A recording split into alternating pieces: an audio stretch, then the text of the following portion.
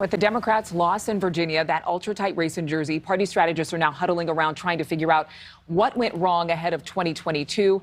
Hannah Trudeau, senior political correspondent at The Hill, joining us right now on such a busy morning. So first off, did Democrats underestimate the mood of the country or the sensitivity around some of these issues? Of course, so we've been talking about it with Leland Vittert, namely education.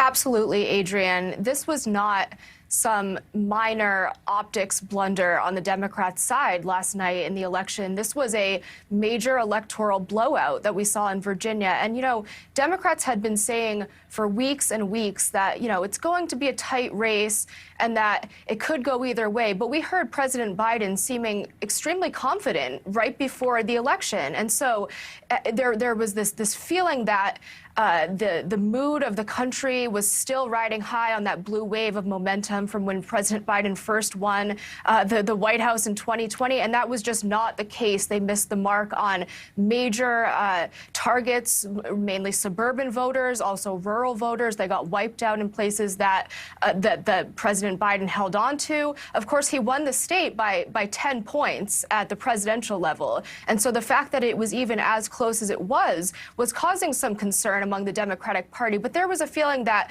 Democrats would squeak through, that McAuliffe would win, and that they would be able to sort of move forward to the midterms with an eye looking in a positive direction. And of course, that is not the case this morning. Hannah, Republicans are highly favored to take the Senate and possibly the House following the 2022 midterms. What is the Democratic strategy from here?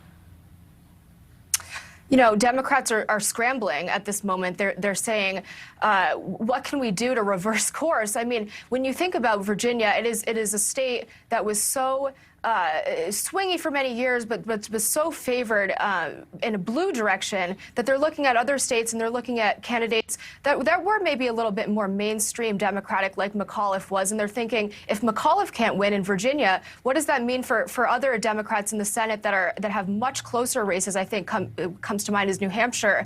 Maggie Hassan is a candidate who has, you know, sort of moderate ideology among the Democratic Party, and she's going to face a tough re-election bid. So I think that this is a pivotal warning sign for the Senate in particular, because you know, as we've seen, there's far fewer hardcore progressives in the Senate. There's a lot more mainstream Democrats like McAuliffe, like Hassan, like Biden, frankly, than there are the Bernie Sanders wing. And so those Democrats, they're looking at at Virginia's results and thinking, what does that mean for my own prospects? Hannah Trudeau, thank you so much for joining us again. A result, certainly something that we're going to be looking for in New Jersey, and what will point the way for very competitive Senate races in 2022.